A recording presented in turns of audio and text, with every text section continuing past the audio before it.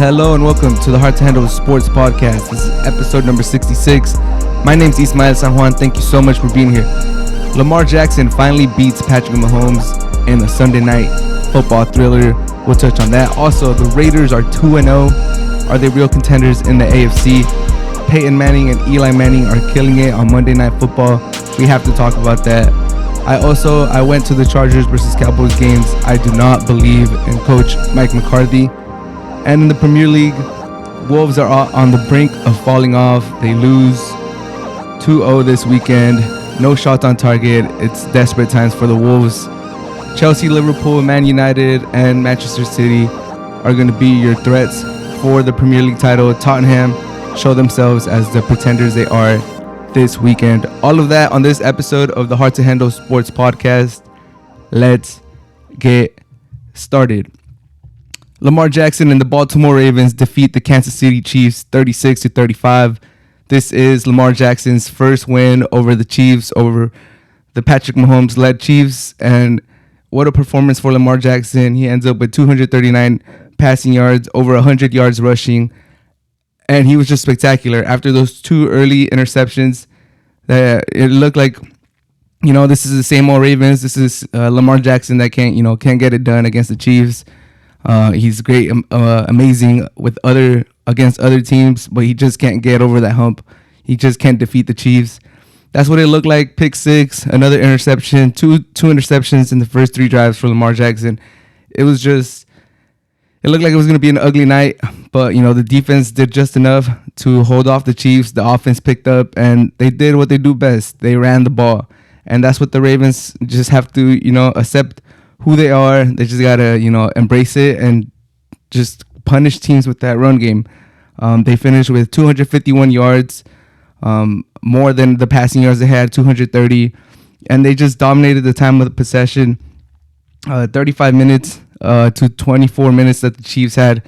Just amazing game plan by the Ravens, and I'm just happy for Lamar Jackson. He gets a lot of criticism because, he's not the thrower that a lot of people want him to be, and they overlook all the amazing stuff that he does. Like, he's had the number one scoring offense for the last few seasons. They've scored the most points. He rushes over 1,000 yards. He's the MVP. He's the most disrespected MVP of all time, in my opinion. He's already won an MVP, and people are saying that, other players that are coming up are better than him. I've heard people say that, Baker Mayfield is better than him. I've heard people say that like Matthew Stafford is better than him. This is an MVP, you guys. He's an MVP. He's 24 years old. Yeah, we would like him to do more in the postseason, in the playoffs. But Lamar Jackson's an MVP. What he could do on the field, not a lot of people can do, or no one can do on the field. He's a menace. He's gonna keep defensive coordinators up all night, and it showed. And for the Ravens, I think this is big for them because a lot of football, yes, X's and O's and, who has the most talent, but it's also mental. You also got to think. You also got to believe in yourself that you could beat a team. And it was starting to get to that point where the Chiefs just had the Ravens' numbers. They've been having their number, and it was getting to the point where, you got to get that monkey off the back before the postseason. You got to believe in your team because these two teams, I believe they're both going to be in the postseason. I don't think it's anything crazy. Both of these teams are super talented. The Ravens, the Chiefs, they're for the most part, barring any severe injuries, they should be in the postseason. So they have a very high chance of playing against each other again in the postseason. And the Ravens just need to have that belief that they could beat the Chiefs. It would have been very detrimental if they were to link up, if they were to match up against each other in the playoffs, and the Ravens would have lost this game. It just would have not been good. They would have still had a chance, but that mental part of not being able to defeat a team and matching up with them in the playoffs again, I think it would have taken a toll on the Ravens. But now they get the monkey off the back. Lamar Jackson gets that monkey off the back, and now he has the win over over Patrick Mahomes, and it's good for the Ravens because the Ravens, they were in danger of going 0-2. They lost to the Raiders, which we'll talk about in a little bit. And, they almost lost this game. And you never want to go down 0-2, especially against two AFC opponents. The AFC record is going to matter at the end for the playoffs. So good for the Ravens. They're now 1-1. The Chiefs are now 1-1 too. And surprisingly for the Chiefs, there's two teams ahead of them in their division. The 2-0 Denver Broncos, the 2-0 Raiders, and they're tied with the Chargers 1-1. So the AFC West is going to be very competitive. I don't think it's going to be a cakewalk for the Chiefs like it's been the last few seasons. They're definitely going to have to, hunker down and win all their division games if they want to just easily coast to an AFC West title. And I think Patrick Mahomes did his thing. His interception, it was just Patrick Mahomes trying to do Patrick Mahomes things. He tried to extend the play. He tried to make a throw as he's going to the floor. We've all seen the amazing plays that he's done. He did something similar in the Super Bowl, but his offensive player couldn't catch the ball. He tried to do something similar against the Ravens. The Ravens are not a team that you want to do that against. And, he said it was a dumb throw. He said he'll learn from it, and I think he will. But, Edwards-Helaire, I think the Chiefs need to find a run game because Edwards-Helaire, 13 rushes, 46 yards, 3.5 average. This man has been hyped up. Everybody was excited for him last year when he was a rookie. I expected big things out of him. A lot of people expected big things out of him the second year. And he has a crucial fumble that basically cost the Chiefs the game. So hopefully for Edwards-Helaire, he had a lot of injuries last year that slowed him down. But I need to see more from Clyde Edwards-Helaire. Andy Reid has always liked to have that lead back from Westbrook to McCoy. He's always had a really, really good running back. So I want Clyde Edwards-Helaire to just take that role and embrace it and really turn into that number one, because I think he'll take a lot of pressure off Patrick Mahomes. But it might not happen just because, if Patrick Mahomes would have just kept throwing, they probably win this game. But they try to just be conservative, run out some clock, get it to the center. And Clyde Edwards-Helaire has a terrible fumble. Travis Kelce after the game said it best, you just got to man up. Everybody in the locker room got to man up. I think the Chiefs will be okay. And I'm excited for the Ravens. Good turnaround. You don't want to be 0-2 in the season after 2 weeks. And good for them. They get that monkey off the back. And that gutsy call by Harbaugh to go for it on fourth down. I think the analytics said that they had a 60% chance of winning if they would have punted the ball to Patrick Mahomes. But sometimes analytics, you can't just always go by analytics. I'm a numbers guy myself. I love numbers. I appreciate numbers. But we all knew if they would have punted that ball to Patrick Mahomes with a minute left, he would have taken advantage of it. He would have probably driven the Chiefs down, and they would have gotten that game-winning field goal, and they would have felt, like another game got away from them. Like the Chiefs, they just can't beat the Chiefs. So they took it upon themselves to get that first down, and I could appreciate that by Harbaugh. I could appreciate that from Lamar Jackson. Leading up to the game, he said he wasn't thinking about that regarding not being able to beat the Chiefs, not being able to beat Patrick Mahomes. But I think Watkins has already mentioned that, he was thinking about it. It was something that was on his mind. So good for the Ravens. I'm excited. I'm excited for the Ravens. I do want this team to match up in the playoffs against. I think that would be a great matchup. I think 2 years ago we were robbed from it, but it would be a very, very entertaining playoff matchup. And, I just want Clyde Edwards-Helaire to take that next step. I want him to be that lead back. I think the Chiefs need him to be that number one back for them to be just a super dangerous team. Because I'm still thinking about the Chiefs. If they still had Kareem Hunt, they would probably be even more dangerous team. But Clyde Edwards-Helaire, hopefully for him, he's able to get it together. He's able to get a footing of the NFL. But I'm not worried about either teams. Not the Chiefs, not the Ravens. I think they'll both be fine. I still think the Chiefs should win the division. And the Ravens, they're 1-1 now. The Browns won this weekend. The Steelers lost. The Bengals lost. So they're right in the thick of things. But yeah, what do you guys think? It was a great Sunday night football game. This season has been amazing. We've had a lot of great games. Let me know what you guys think. Was this as crucial as I'm making it out to be? I think it was a crucial win for the Ravens. It might not be. It might just be a regular season week 2 matchup that, doesn't really matter too much in the grand scheme of things. But I think it was very, very important for the Ravens to get this victory. But let me know. The Raiders are 2-0. They defeat the Steelers 26-17.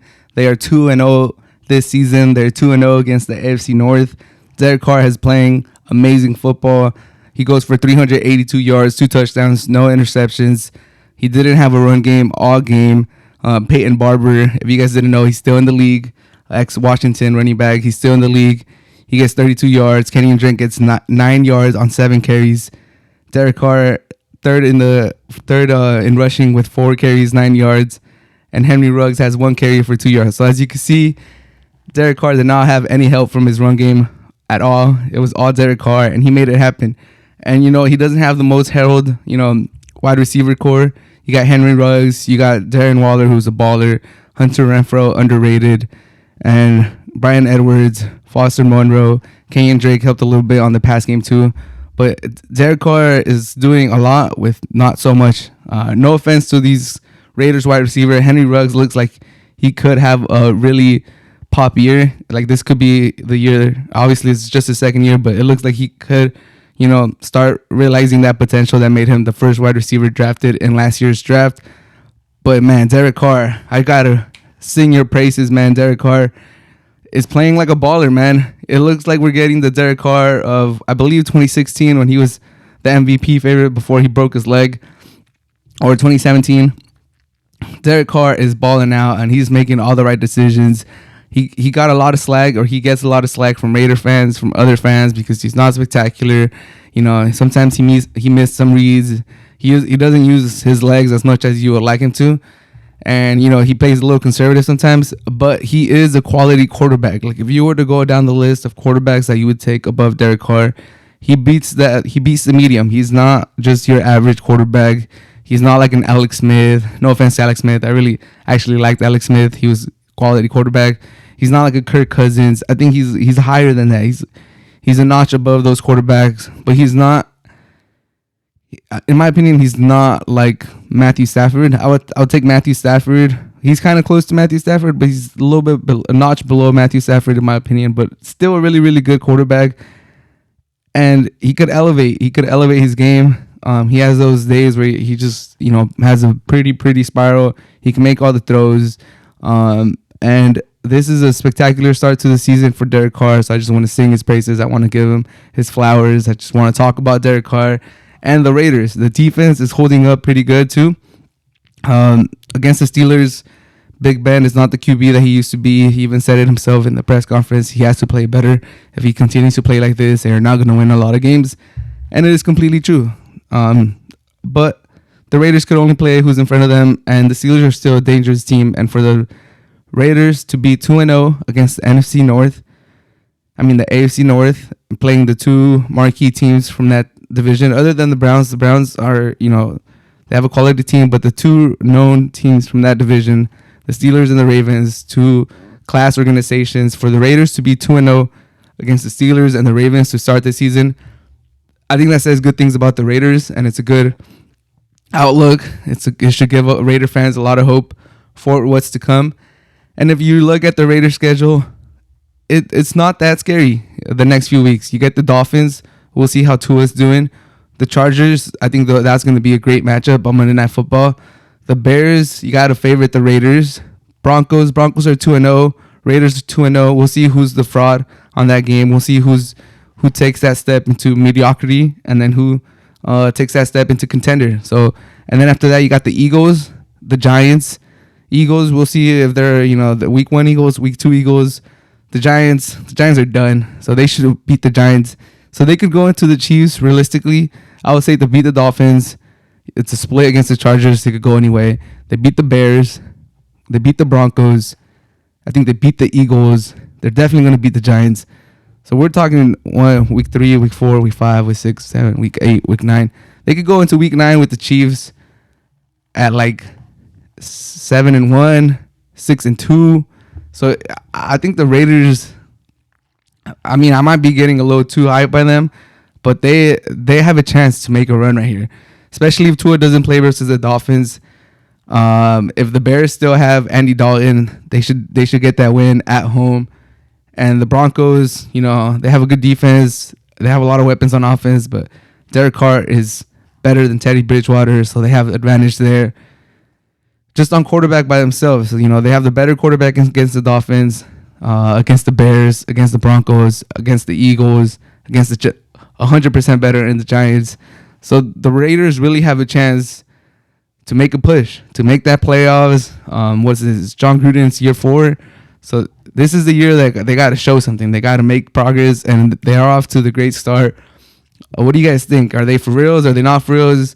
I think the Raiders, even last year and the year before, they've had moments where you start getting the masses excited. You start getting the media's attention. You start to get people excited. You start hearing Raider fans get louder. They're always loud, but you start hearing them talk a little bit more, and you're like, you kind of get caught up in them. You're like, okay, the Raiders are back, and then they lose to the Falcons,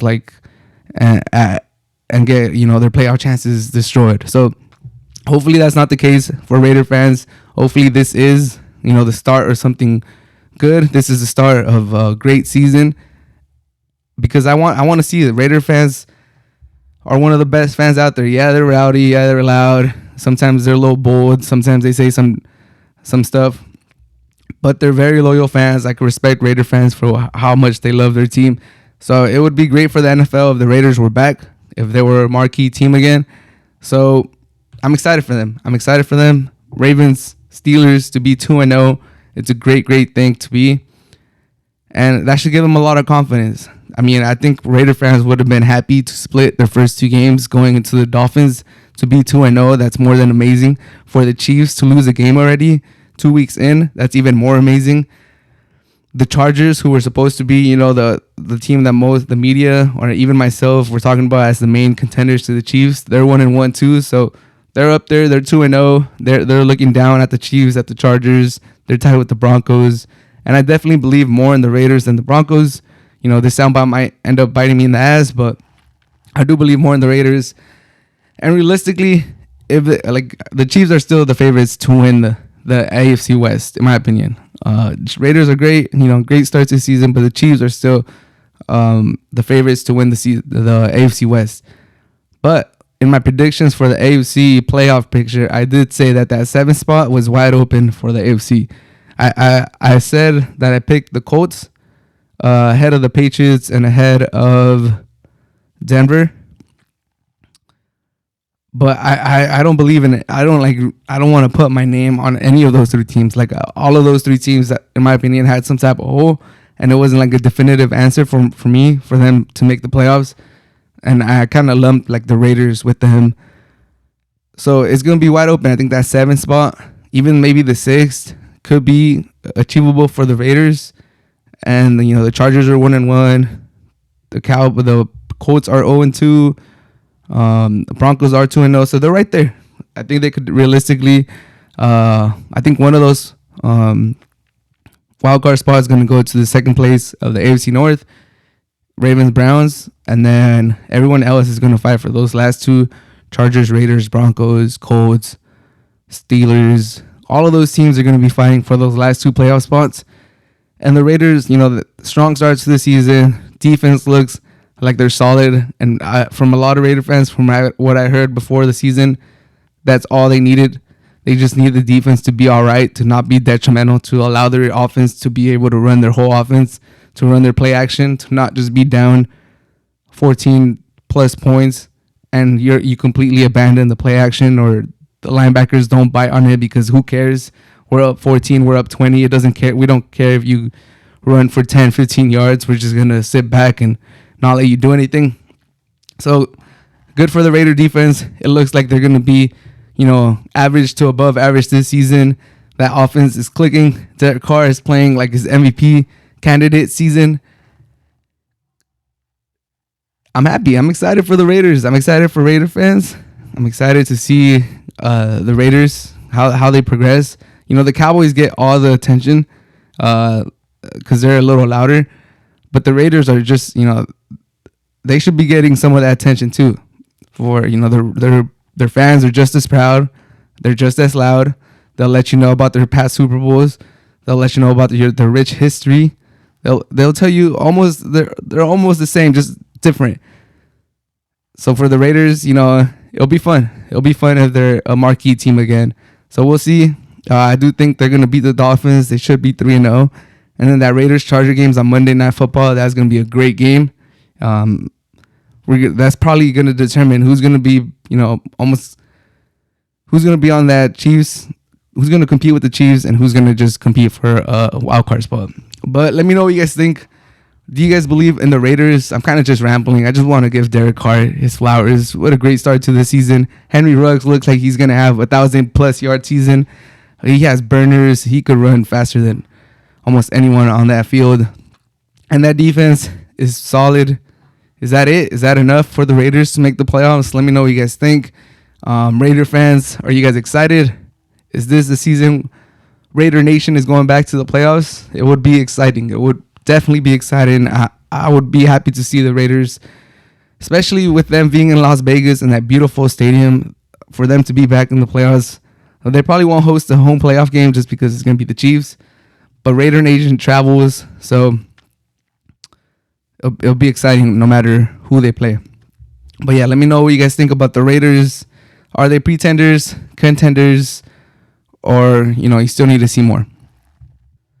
Eli Manning and Peyton Manning have been amazing on Monday Night Football. They called the Packers versus Lions game this week, and last week they had the Raiders versus Raven overtime thriller. At both times, they have been amazing, and they have just been the most entertaining thing on TV. Last week, I kind of joined them a little late. I had forgotten that they were doing this secondary telecast on ESPN2. So I started watching the game on ESPN1, and it was okay. It's what regular, commentator and play-by-play is. But then I was on Twitter, and I noticed people were talking about Eli Manning, and I was like, oh, that's right. They do have that secondary coverage on ESPN2. I had seen it on Twitter before too that they were going to do that. So I swapped it to ESPN2, and it was just like from the first few minutes I could already tell, all right, this is way more fun. Obviously they don't have the one thing that the ESPN1 telecast does have over Peyton Manning and Eli is that they have like those quirky stats that sometimes they get overboard, but they're pretty neat sometimes. Like they give you like little first player to do this in such and such time, or this hasn't been done since 1966, like little fun little stats like that.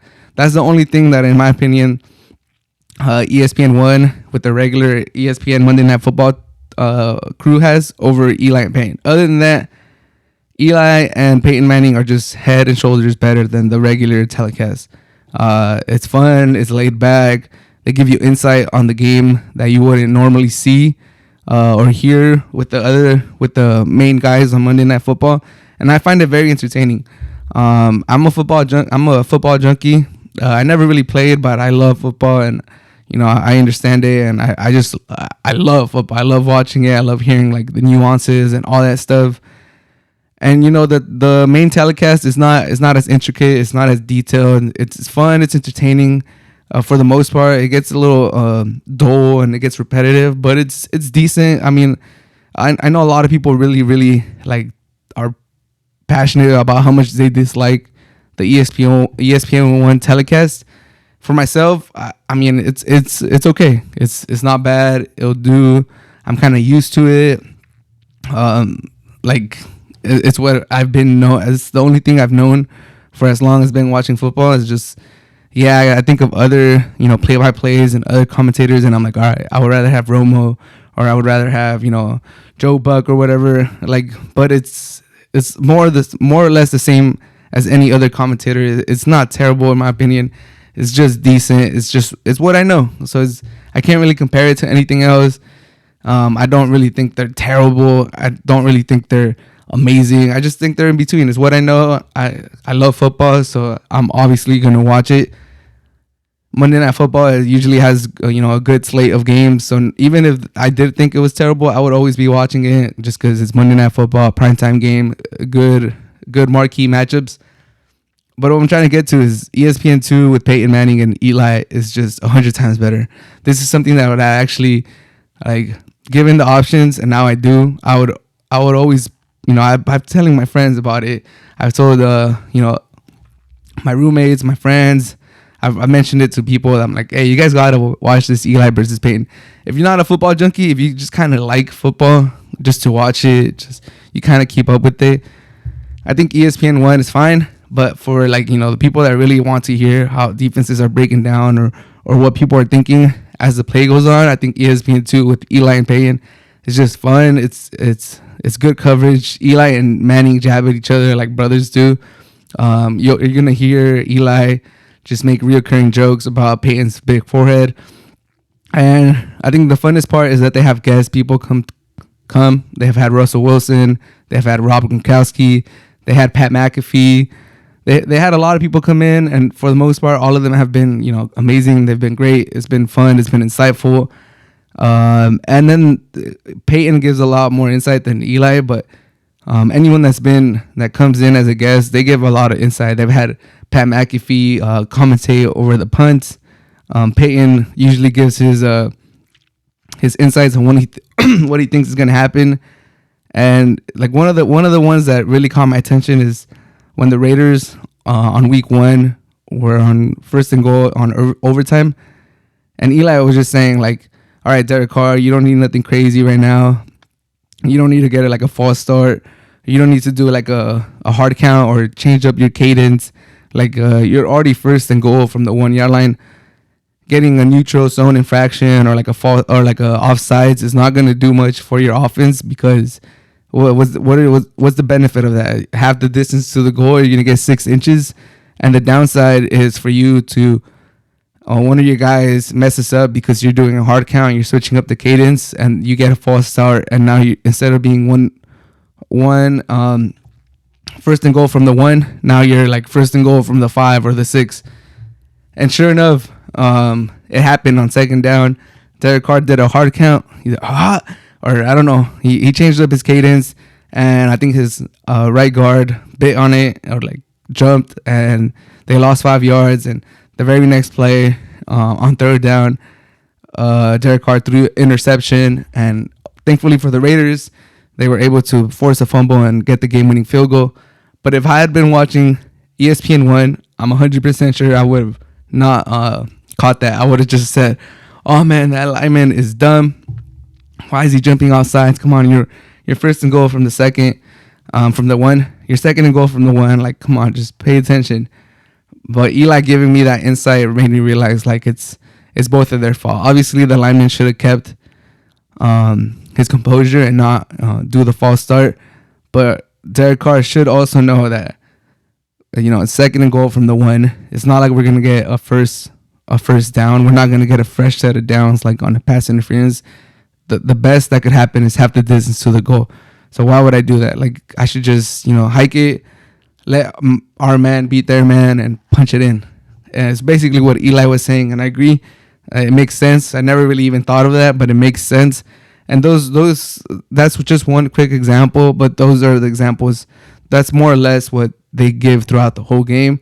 And then you add on top of that, they have guests. And then you add on top of that, they kind of make fun of each other. They clown on each other. It's just, in my opinion, way more entertaining.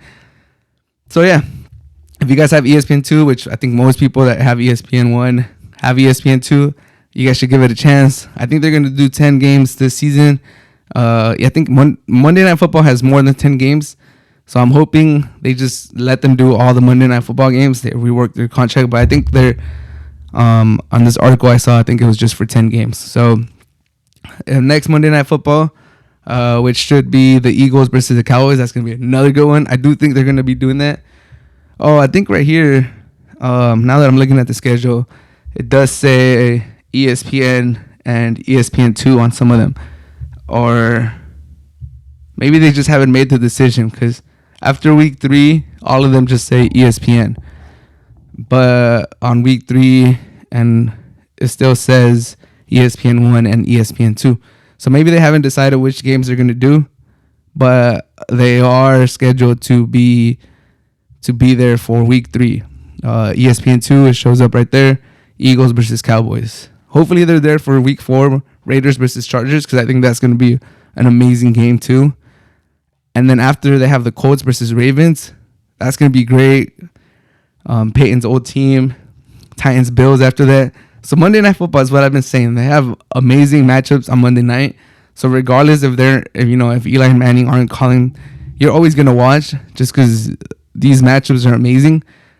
And like I said, the ESPN1, their guys are fine. I don't really understand the hate that other people have for their commentators. Like, I'm not trying to say they're amazing. But at the end of the day, this type of commentating is kind of what we're used to, or maybe it's just me. I've just been like accustomed to it over time. But I don't think they're terrible. But Peyton and Eli, those guys are amazing in my opinion. But make sure to take a look at them next week, Eagles versus Cowboys, and then let me know if I'm crazy, if they're just annoying. I do think sometimes you can like lose focus of the game and just pay attention to what Eli and Peyton and their guests are talking about. So I could see that argument if for the people if there's any people out there that are going to say that ESPN1 telecast is better. I could see that argument. Like sometimes I would especially when Pat McAfee and Rob Gronkowski came onto the show or to ESPN2 as guests. They kind of got sidetracked, and I was just kind of paying attention to Eli, Peyton, and Rob Gronkowski, or Eli Manning, Peyton, and Pat McAfee. But I think that also had to do with the game. It was the Lions. It was the second half, and the Packers were taking control of the game, and it wasn't too entertaining. So it's fine in my opinion. But make sure to take a look for week 3 and let me know what you guys think. So I went to my first football game ever this weekend. I would have loved to have gone to a football game before.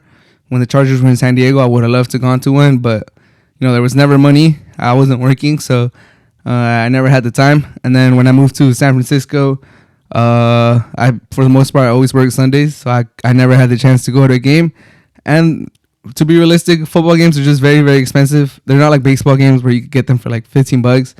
And they're not like basketball games all over the week, so you don't really have to ask for a day off or, fix your schedule around it. There's bound to be a game that lands on your day off. So football games, they evaded me for a long time. I was happy that I was able to go to the opening of the first phone game for the Chargers. I'm not a Charger fan anymore, but it was fun. Cowboy fans were loud. It was a very entertaining game. But my number one takeaway from that game was that I don't believe in Coach Mike McCarthy. He seems a little outdated to me, and that time management just was terrible at the end of the game. The Cowboys had plenty of timeouts. They had plenty of time to drive down, and it's not like they were having a hard time moving down the field on that specific drive. They could have done way more with what they had. A lot of time on the clock, plenty of timeouts, and inexplicably, Mike McCarthy and the Dallas Cowboys allow the clock to go down to like 3 seconds and kick a 57-yard field goal for the win. Fortunately for Mike McCarthy, it went in, and the Cowboys win, and they're 1-1. But that could have easily gone bad, and they would have gone to overtime, and who knows what would have happened. But that was just I couldn't believe my eyes. I was watching the match, I was watching the game, and I was just like, what's going on? Why are they taking so long? They got 2 timeouts. They're not even in field goal range. I mean, technically they were close because they have Greg Sirlein, and he has one of the biggest legs in the NFL with Matt Prater and some other guys. He's right up there as his nickname's Legatron. And for some reason, they were just content. Like McCarthy was just happy to kick a 50, not even a 50 plus. He kicked a 57, I believe. Like it was a very long field goal. And like that was it. I couldn't believe it. I was watching. I was like, oh man, they're gonna start hurrying up right now. Like obviously, if you have over a minute and a couple timeouts, and you take your time, it's fine. You don't want to give the ball back to the other team. You don't want to kick a field goal and give them like 50, excuse me. You don't want to give them 40 or 50 seconds after you kick a field goal to go down their field and, get a field goal themselves. So that was fine. I was like, okay, it's fine. They're going slow. They're trying to run down that clock. Eventually, they're going to pick it up and they're going to get that field goal, and it's probably going to be game over. But they never picked up the intensity. They never use their timeouts wisely. They never really had any urgency. And I was just amazed that was it. That was the game plan. A minute plus, couple timeouts, and you end up with the 57-yard field goal.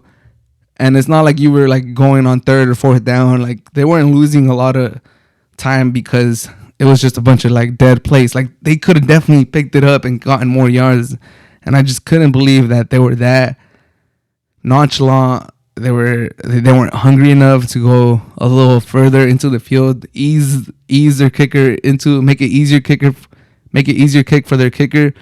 I was just in disbelief.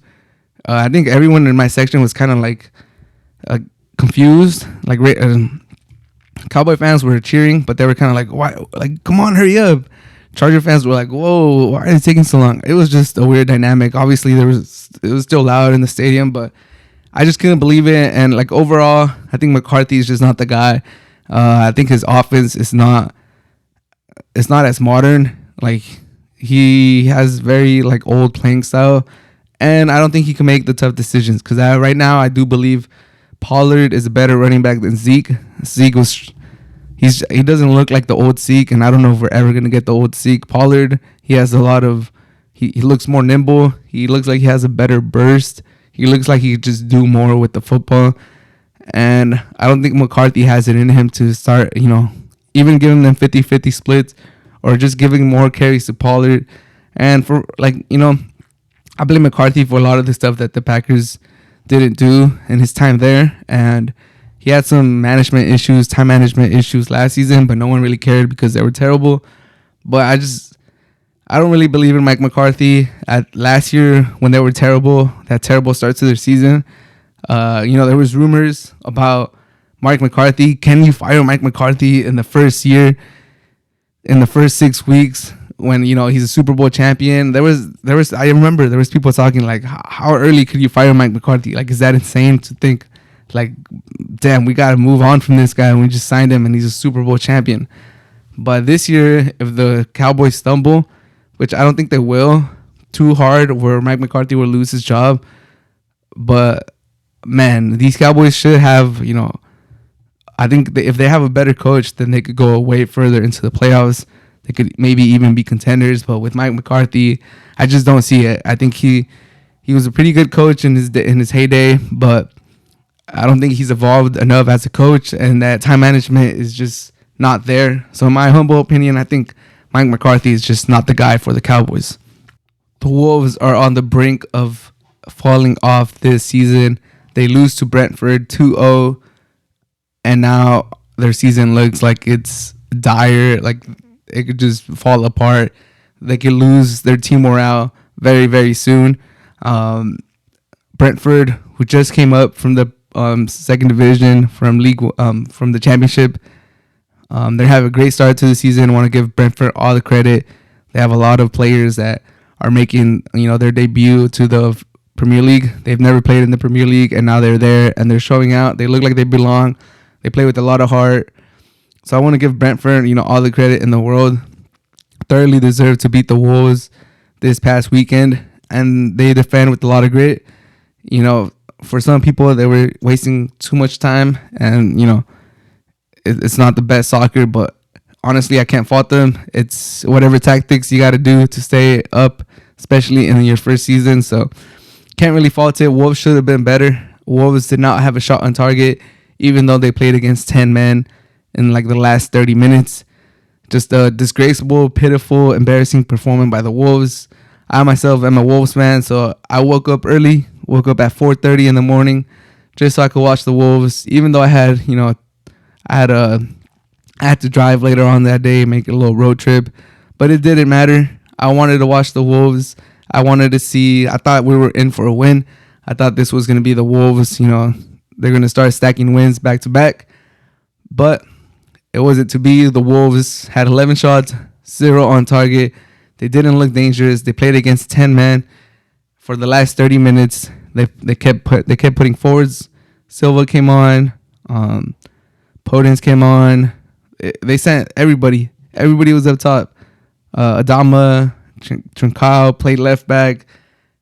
They were playing with like 6 or 7 attackers, and they could just not get it done. It was not to be for the Wolves. And now we're here, dumbfounded at what the Wolves should do going forward. Bruno has brought a more offensive style. It looks a little better, but that defense is just not strong enough. Size, Connor Cody, They just look weak. It looks like a weak back line. I think they should go to a 4. Ideally, they should go to a 4, but they just don't have the center backs to do it. Kilman should have slid that ball out of bounds, but he tried to keep it on his feet, and he let them get away with it. That midfield doesn't have enough dynamic movement.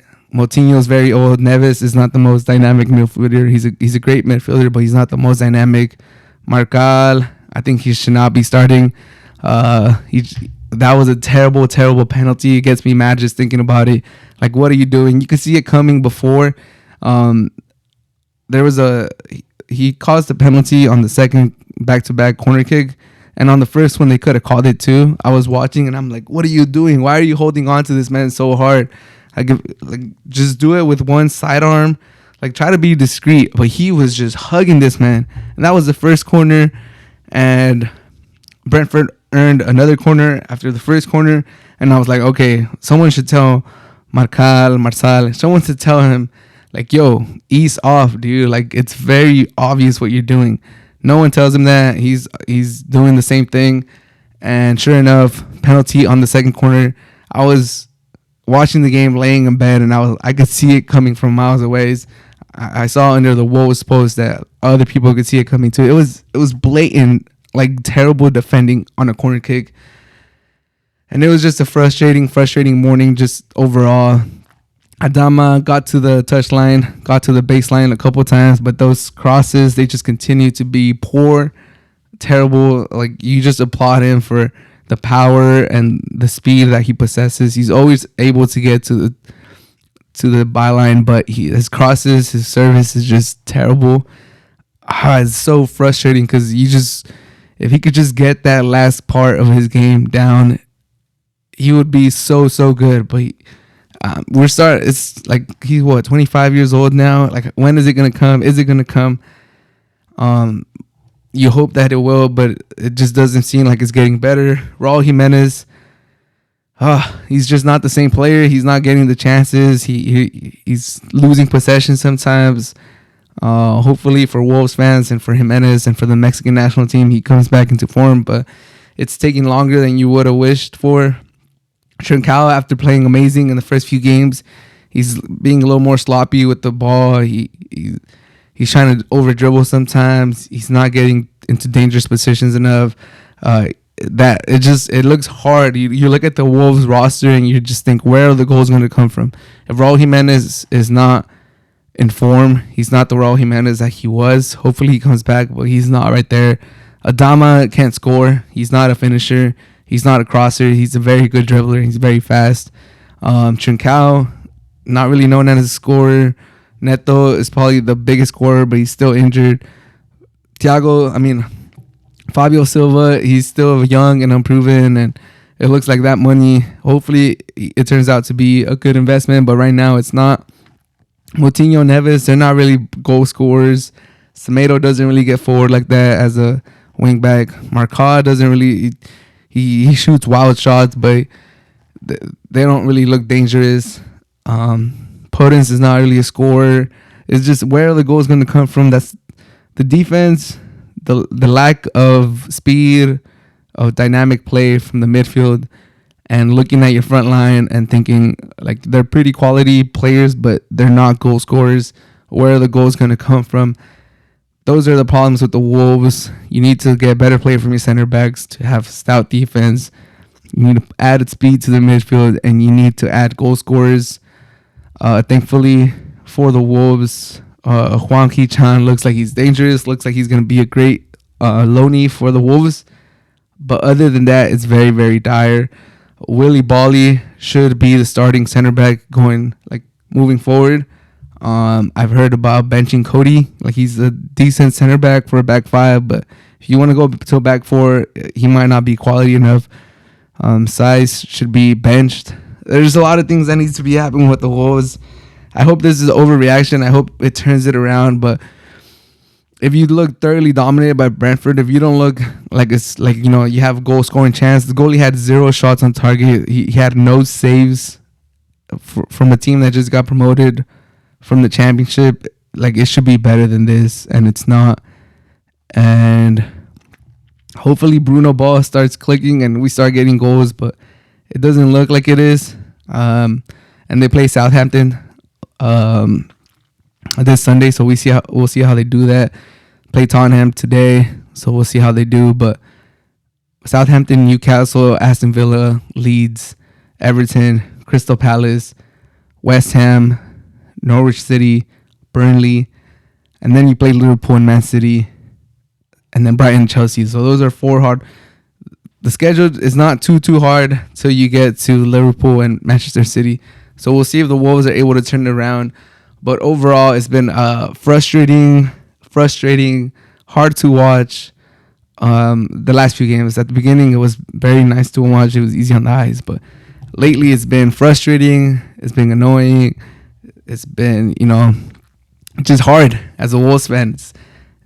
Especially if you're waking up at 4:30 in the morning to catch your Wolves and they just let you down. But hopefully the Wolves turn it around and they're able to have a better season. But just a very disappointing loss to Brentford. And let me know what you guys think. If there's any Wolves fans out there, how do you think the season is going to play out? I think right now, as of week, 4 match days in or 5 match days in, I would just be happy to stay up, to be honest. 16th in the table right now. I would be ecstatic if the Wolves stay up. I had top 10 aspirations when the season came in.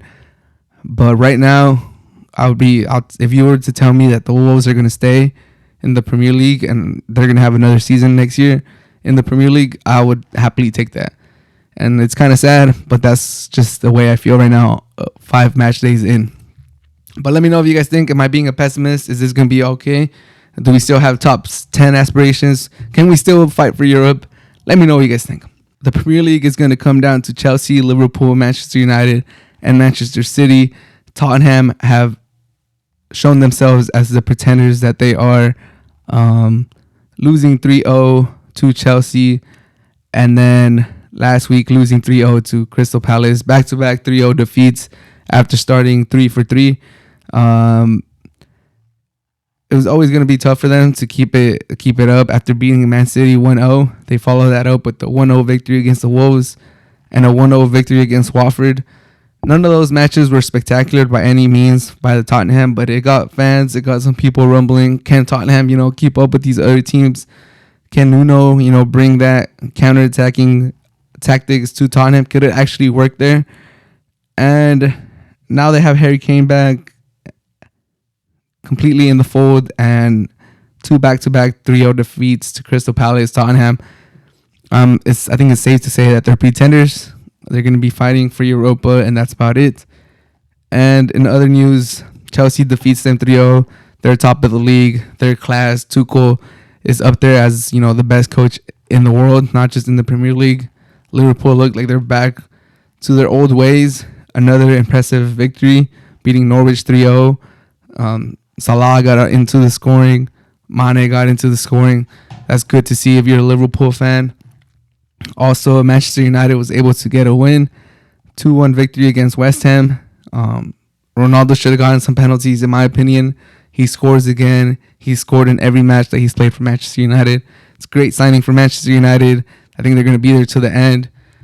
And also, Manchester City tied this week, but they're the current champions. By no means do I think they're not going to have it in them to, make a run at the end of the season. 0-0 against Southampton. We'll see how they fix it. They got Chelsea next, and they got Liverpool next. So that's going to be fun. And they got a group stage match against PSG in the middle of that. So those matches are going to be fun. But I think, the season's getting started, but we can safely say that Tottenham is a pretender, and it's going to come down to Chelsea, both Manchester teams, and Liverpool. So I still think it's going to be a great season. I didn't rate Liverpool that high before the season. It was a facade what they did in the first 3 weeks. I don't think they're going to be top 4, top 6 material. But we'll see. Chelsea plays City coming up. They play Liverpool soon too. So the season's about to start heating up. We're about to see a lot of top 6 teams going at it. It's going to be fun. It's going to be entertaining. What do you guys think after 5 match days? What are the teams that you guys think are going to be contending? Obviously, the 4 that I mentioned should be in everyone's list. I would say so. But I still think I give Chelsea the edge. Just because, Tuchel is such a great coach. They're solid in the back.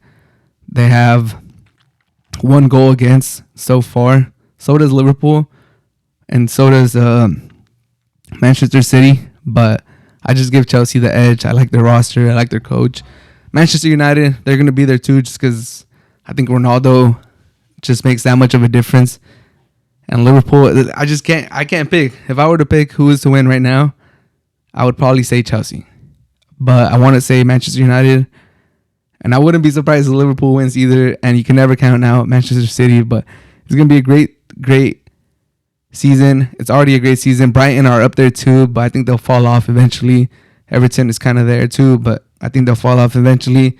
I think it'll come down between those 4 teams. And I want to say Manchester United. So I'm going to say Manchester United. I think Manchester United gets it together and they win their first title in what seems like forever.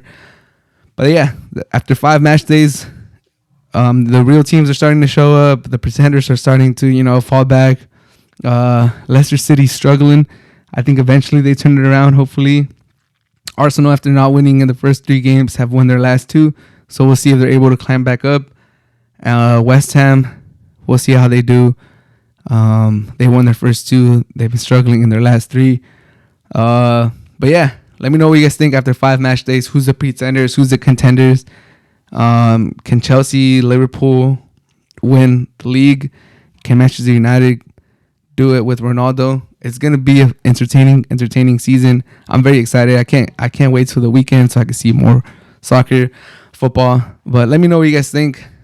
This should do it for episode 66 of the Hearts Handle Sports Podcast. Thank you for supporting. Make sure to subscribe to the podcast, subscribe to the YouTube channel, and have a great rest of your day. I'm out.